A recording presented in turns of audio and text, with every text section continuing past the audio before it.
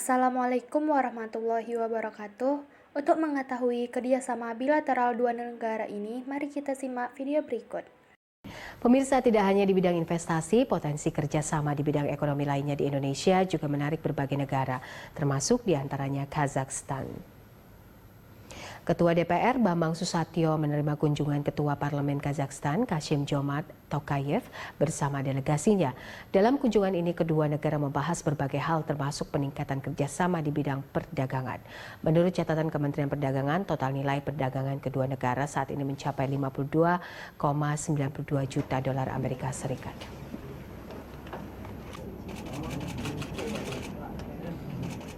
Tentu tidak hanya untuk berkenalan saja, tapi juga menjalin kerjasama, terutama dalam bidang ekonomi. Seperti kita ketahui bahwa perdagangan Indonesia dengan Kazakhstan cukup baik. Setidaknya dalam catatan Kementerian Perdagangan, kita ada 52,92 juta dolar Amerika Serikat perdagangan kita dengan Kazakhstan. Dan kita berharap hubungan perdagangan ini bisa kita tingkatkan di tahun-tahun mendatang. Baiklah, di sini saya jelaskan. Hubungan diplomatik Indonesia dan Kazakhstan itu sudah terjalin dari tanggal 2 Juni 1993. Dan tentunya, dalam hubungan diplomatik dua negara ini, terciptalah kesepakatan-kesepakatan tertulis yang telah disetujui oleh kedua pihak yang dikenal dengan perjanjian internasional. Apa saja sih peran Indonesia dalam hubungan dan perjanjian bilateral ini? Mari kita simak penjelasan berikut. A. Bidang sosial budaya. Yang pertama, Indonesia berperan sebagai penyelenggara Kazakhstan Days of Culture in Indonesia 2014 di Jakarta. Pengaruhnya, dikenalnya budaya negara Kazakhstan, baik itu berupa pameran foto, gala konser, dan pertunjukan film. Yang kedua, Indonesia berperan mengenalkan budayanya dalam hubungan diplomatik dengan Kazakhstan melalui program Rumah Budaya Indonesia yang disingkat dengan RBI yang berpusat di Astana, Kazakhstan.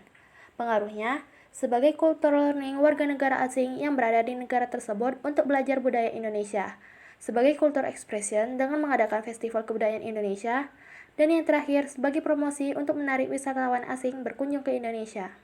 B. Bidang ekonomi.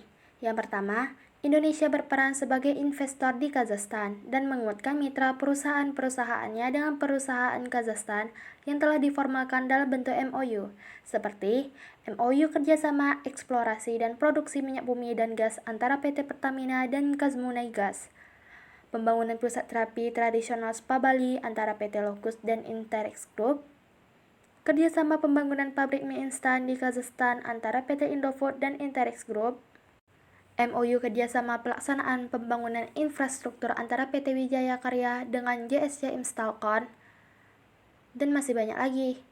Yang kedua, Indonesia berperan sebagai pengekspor komoditas utama produk yang dibutuhkan Kazakhstan, yaitu sabun, seng, besi, baja, kopi, teh, mie instan, minyak sawit, minyak bumi, dan masih banyak lagi.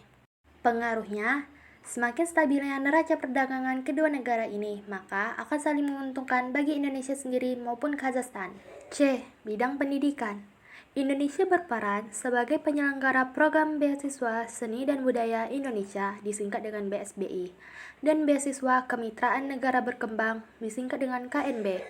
Pengaruhnya, makin banyaknya pelajar Kazakhstan yang tertarik untuk mengenal dan melanjutkan pendidikan di Indonesia melalui program beasiswa tersebut. Beberapa universitas yang menjalin kerjasama pendidikan dengan Kazakhstan yang telah diformalkan dalam bentuk MOU.